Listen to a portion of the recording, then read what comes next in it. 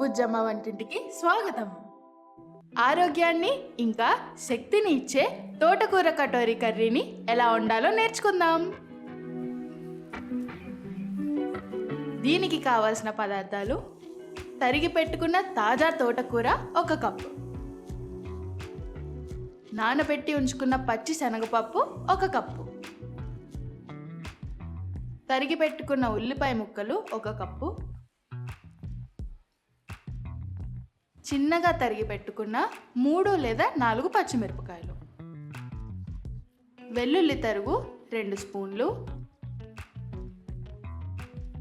కారం 1 స్పూన్,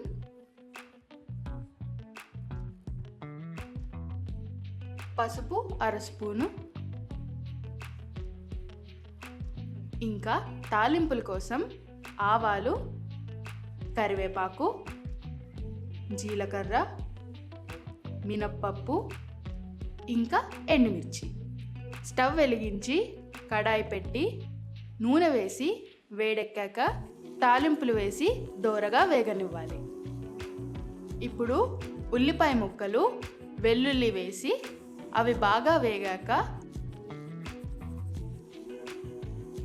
కారం, పసుపు, ఉప్పు వేసి 2 నిమిషాలు కలుపుకోవాలి. ఇప్పుడు మిక్సీ చేసి పెట్టుకున్న పచ్చి శనగపప్పు ముద్దను వేసి కొంచెం సేపు వేగనిచ్చి తోటకూర కూడా కలిపి మూత పెట్టి ఆవిరితో మగ్గనివ్వాలి.